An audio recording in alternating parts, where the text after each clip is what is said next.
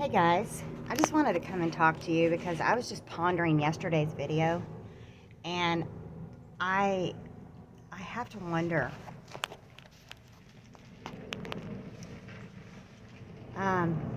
in Jesus' first ascension,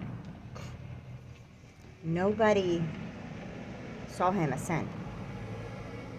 He was, Mary was at the tomb.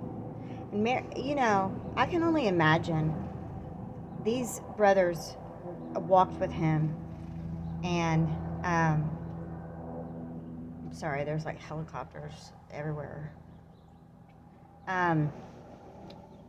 These men that walked with him during his preaching and teaching while he was on earth and sojourned with him, I can only imagine their faces when Mary comes and says that Christ has ascended to our Father, to my Father and your Father and my God and your God.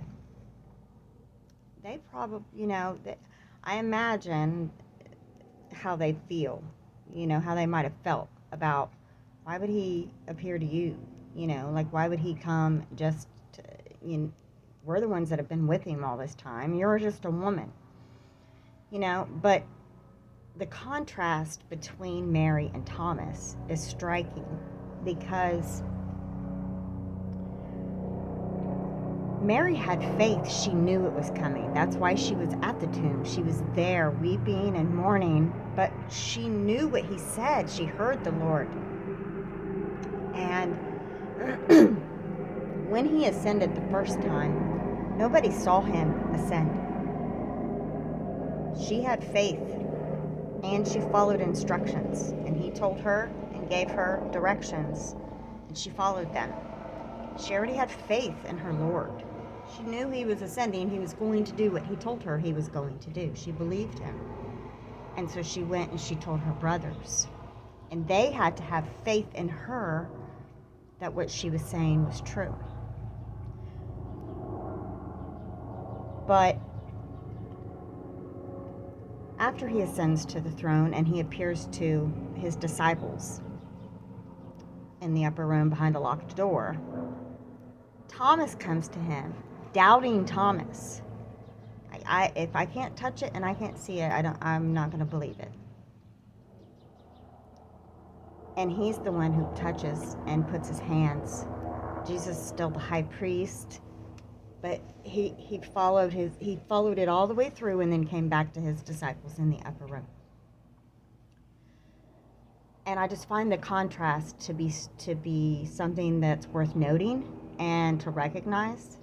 And then when he ascends from the Temple Mount, the Mount of Olives, not the Temple Mount. When he ascends from the Mount of Olives in his final ascension, the two angels are telling the Galileans, this is in Israel, why are you staring up into heaven? So they saw him go, but nobody saw his first ascension, and but the church is going to be raptured off of earth, and it's going to shock the world. Millions of people around the world. It's not going to be a visible thing, like when he returns to the Mount of Olives and splits the Mount of Olives, and they say, "Ye men of Galilee, why gaze up into the heavens? The same Jesus that you saw go." So only the Galileans that were there in Israel saw him ascend. Well, he's going to descend the second time. See the pattern? And then he's going to split the Mount of Olives in two. This only strengthens the rapture, which makes me think that the reason they're not teaching the two ascensions is purposeful, deliberate. I don't know. I'm excited. I feel like the Lord is headed back to get us, and we don't know. We're not to know.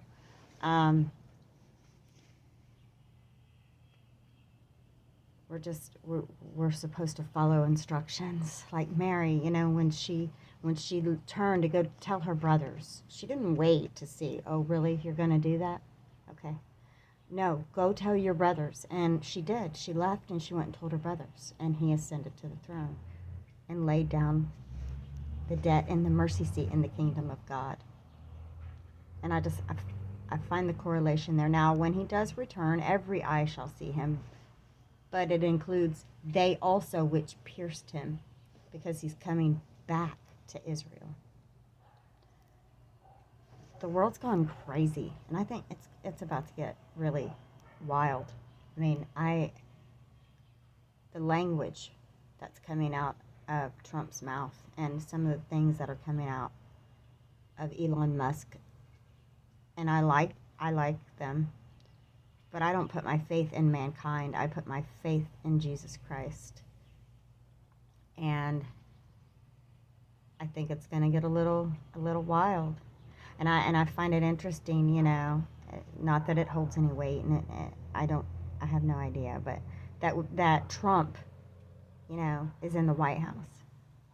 Because I think of, you know, the passage that in a moment, in the twinkling of an eye, at the last trump, would the Lord have a sense of humor and just, you know, would that be deliberate? I don't believe that there are any coincidences. But I just wanted to come to you real quick. You'll have to forgive the way I look, but it's cold and I'm exhausted. I'm in a lot of pain today, so if you'll be in prayer for me, my muscles and everything hurt. I don't like winter. It brings out my arthritis. Just, you know, the burden of getting older, I guess. But anyway, I'm going to let you guys get back to your evening. Bye. See you next time. Take care.